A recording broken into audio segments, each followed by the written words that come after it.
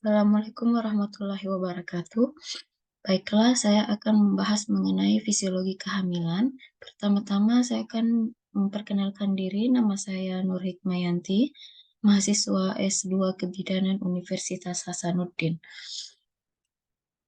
Baiklah, kita akan membahas mengenai pengertian fisiologi kehamilan terlebih dahulu.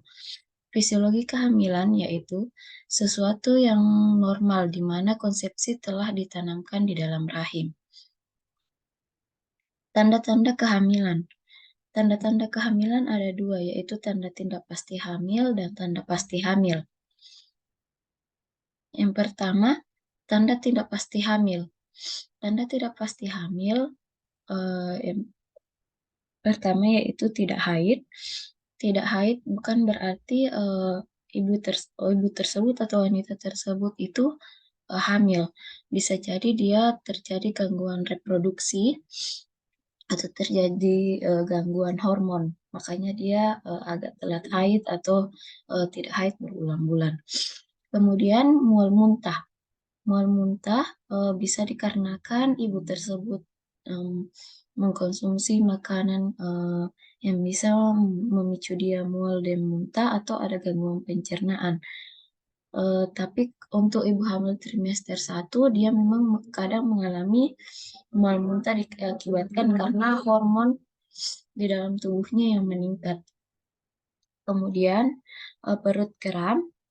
Perut kram untuk semua eh, wanita atau perempuan terkadang terjadi perut kram. Kadang terjadi perut kram bukan dikarenakan hamil. Ini dikarenakan eh, terjadi karena sesuatu atau ada pencernaan yang terganggu di dalam tubuhnya. Kemudian perubahan payudara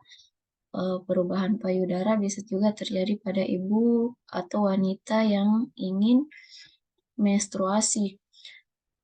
Maka dari itu belum pasti terjadi pada ibu hamil. Kemudian, oh ya, saya lupa tadi yang perut kram juga bisa terjadi pada perempuan yang sedang atau menjelang menstruasi. Untuk peningkatan, kita lanjut untuk peningkatan berat badan. Peningkatan berat badan ini bisa dikarenakan pola makan yang meningkat sehingga terjadi peningkatan berat badan. Dan pada ibu hamil terjadi peningkatan berat badan dikarenakan adanya pembesaran uterus yang di dalamnya terdapat sebuah janin. Kemudian perubahan mood. Perubahan mood ini juga banyak faktor yang mempengaruhinya. Salah satunya untuk ibu hamil yaitu perubahan mood diakibatkan karena hormon di dalam tubuhnya yang tidak seimbang. Kemudian perubahan mood juga kadang dialami pada perempuan yang menjelang haid. Untuk kemudian selanjutnya yang sering buang air kecil. Sering buang air kecil untuk yang tidak hamil biasanya dia karena sering minum air putih atau sering minum yang manis-manis. Makanya dia sering buang air kecil. Dan pada ibu hamil, dia sering buang air kecil karena adanya tekanan dari uterus ke kandung kemih. Makanya ibunya sering buang air kecil. Kemudian next, tanda pasti hamil. Tanda pasti hamil yaitu planotes positif. Planotes positif ini diakibatkan karena terjadi peningkatan hormon HCG di dalam tubuh ibu. Hormon HCG inilah yang membuat ketika seorang ibu hamil, dia datang periksa di laboratorium, kemudian ada nampak garis 2, maka ibu tersebut positif hamil. Yang kedua, tanda Hegar atau rahim melunak. Untuk ibu yang hamil, maka rahimnya akan lebih melunak. Kemudian tanda Chadwick. Tanda Chadwick atau tanda kebiruan atau keunguan di bagian vagina, maka ini bisa juga menjadi tanda pasti hamil pada wanita. Kemudian tanda Piskacek. Tanda Piskacek adalah pembesaran uterus pada wanita hamil. Jika seorang ibu mengalami kehamilan, maka tanda Piskacek ini akan muncul. Dan kemudian selanjutnya yaitu tanda Braxton Hicks atau terjadi kontraksi uterus. Kadang dia mengalami ibu tersebut akan merasakan ada nyut-nyut di perut bagian bawah atau dia akan merasakan agak kram di perut bagian bawah. Kemudian yang terakhir yaitu teraba balotemen atau pantulan balik. Ketika seorang bidan melakukan palpasi pada bagian abdomen bawah atau ketika masih trimester 1 kemudian kita melakukan palpasi di bagian atas simfisis, maka terjadi pantulan balik. Yang selanjutnya yaitu usia kehamilan. Nah, usia kehamilan bisa ditentukan berdasarkan dua ketentuan, yaitu yang pertama ditentukan berdasarkan HPHT. HPHT ini yaitu hari pertama haid terakhir.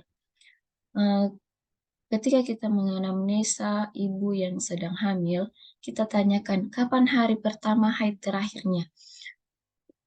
Jika hari pertama haid terakhir ini yang dimaksudkan adalah ketika dia pertama kali mendapatkan haid pada bulan itu. Jadi bukan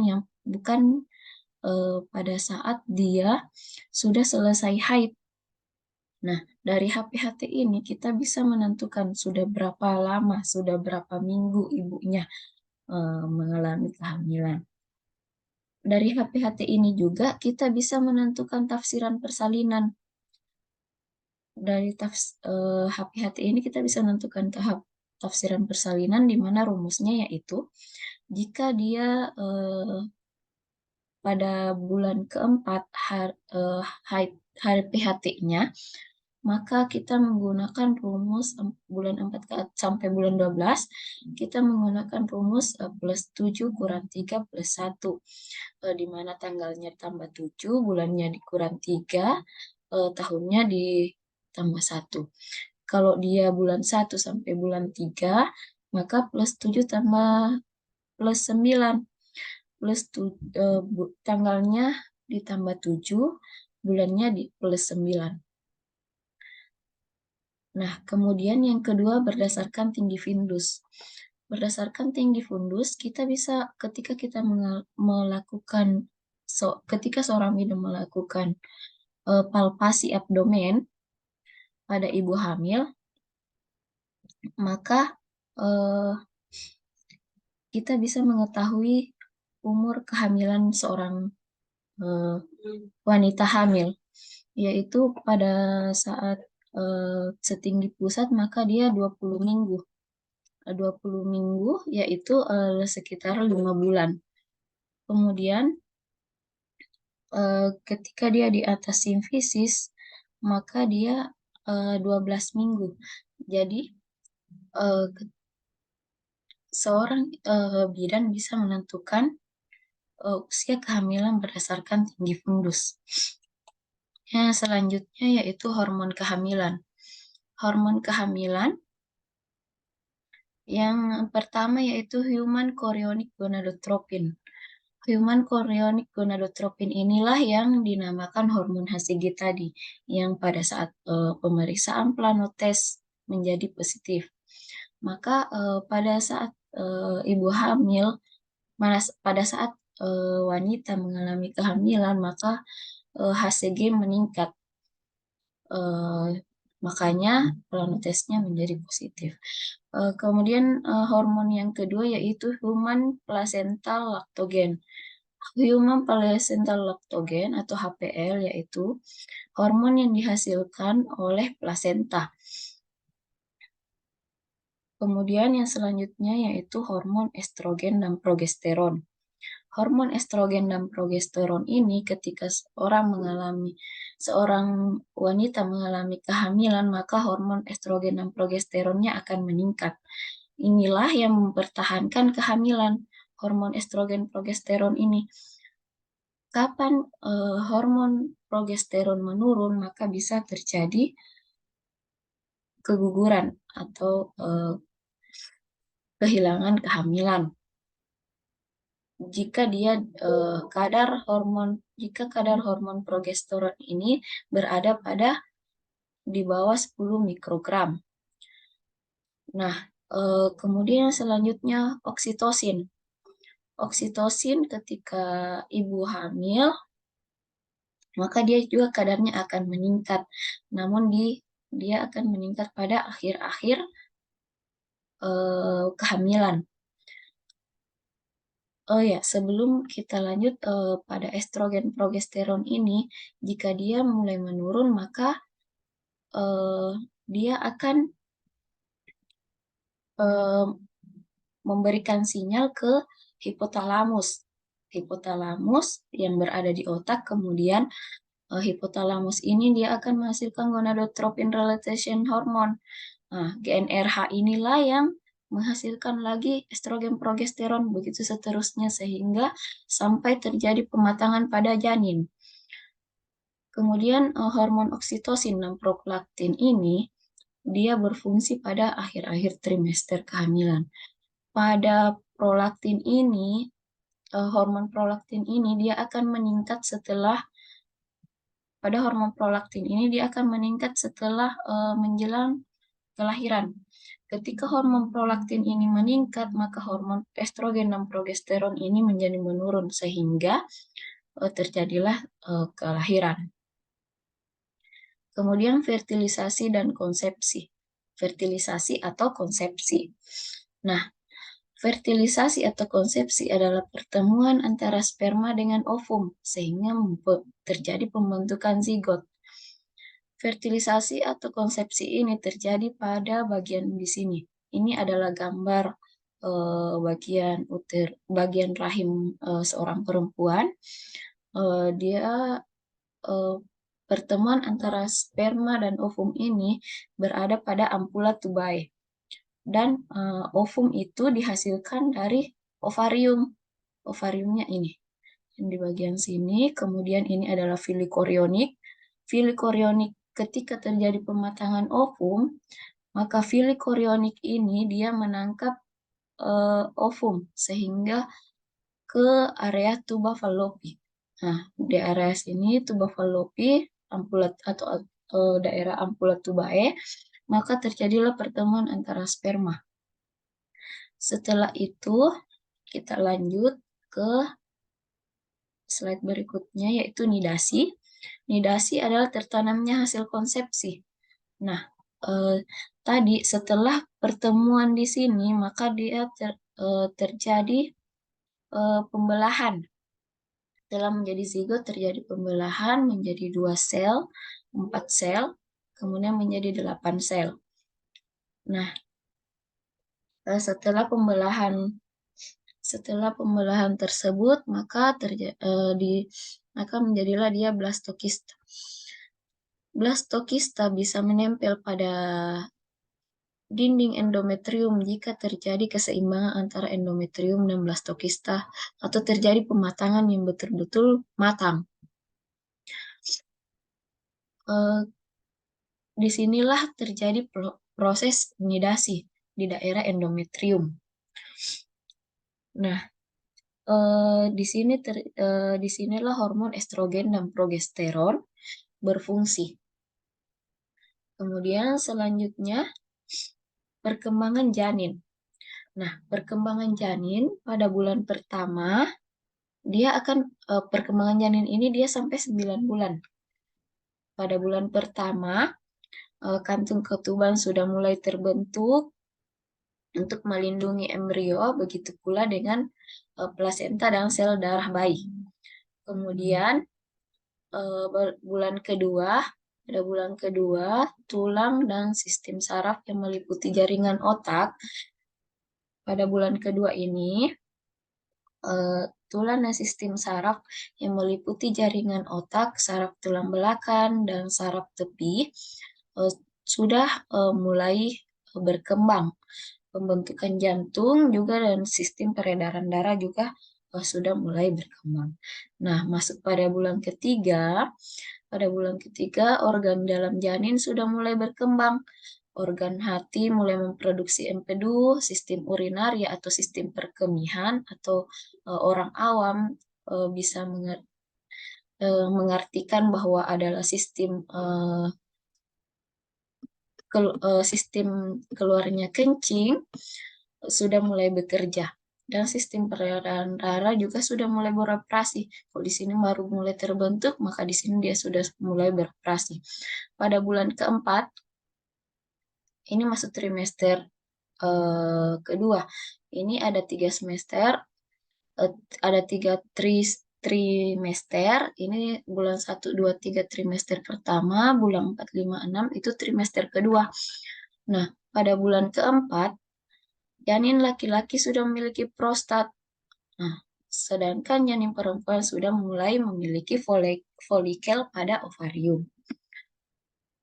Di usia kehamilan, tulang janin makin berkembang pada usia kehamilan bulan keempat ini. Kemudian masuk ke bulan kelima. Nah, ini 5 bulan.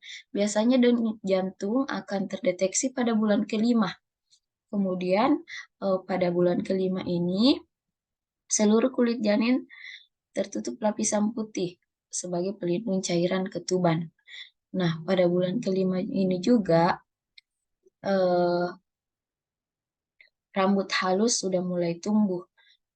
Dan pada bulan kelima ini juga kadang ibu sudah merasakan gerakan-gerakan janin, walaupun masih kayak agak sedikit. Masuk bulan keenam, pada bulan ini janin sudah merespon suara dengan gerakan, bahkan ibu hamil bisa juga merasakan janin berupa cegukan dan tendangan halus berulang kali.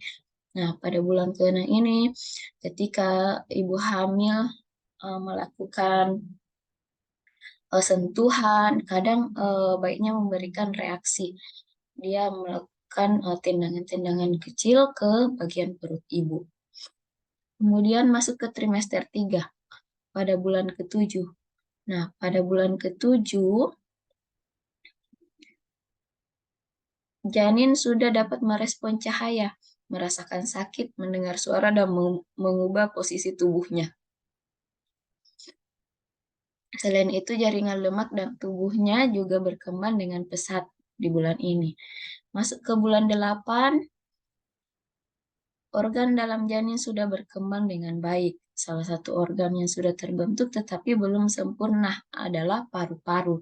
Sementara itu, bagian otak berkembang lebih pesat dibandingkan bulan sebelumnya. Pada bulan ini pula cadangan lemak tubuh akan meningkat seiring dengan semakin bertambahnya usia janin. Nah, pada bulan ke-8 ini disinilah dia berputar. Karena normalnya seorang ibu hamil itu bagian terendah janin adalah kepala. Nah, pada bulan ke-8 inilah dia biasanya berputar. Namun untuk mengantisipasi tidak terjadinya perputaran, terkadang seorang bidan memberikan edukasi ke pasien agar jongkok. Kalau misalnya kayak mengepel begitu, melakukan bukan kegiatan mengepel, cuman dia posisi mengepel, sehingga kepala janin lebih cepat turun di bagian terendah janin. Nah, masuk bulan ke-9 tubuh janin sudah terbentuk lebih sempurna, mata dan telinga sudah dapat berfungsi sebagaimana mestinya, janin pun lebih peka terhadap sentuhan dan cahaya, serta bagian paru-parunya sudah hampir sempurna dan mendekati sangat sempurna. Dan biasanya kepalanya pun akan sudah di bagian terendah janin. Jika sudah bulan ke-9 tidak terjadi perputaran janin, maka kita sebaiknya kolaborasi dengan dokter untuk antisipasi persalinan. Kemudian yang slide selanjutnya yaitu perubahan sistem reproduksi. Perubahan sistem reproduksi pada wanita hamil terjadi pada uterusnya sudah mulai membesar, kemudian serviksnya dia melunak, kemudian vaginanya dia biasanya kebiruan atau keunguan itu cuman yang kebiruan keunguan itu pada trimester 1, namun untuk selanjutnya dia sudah nggak terlalu nampak bahwa ada kebiruan atau keunguan jika dia sudah trimester 2 atau 3. Kemudian pada vulva biasanya agak lebih lunak dan terbuka.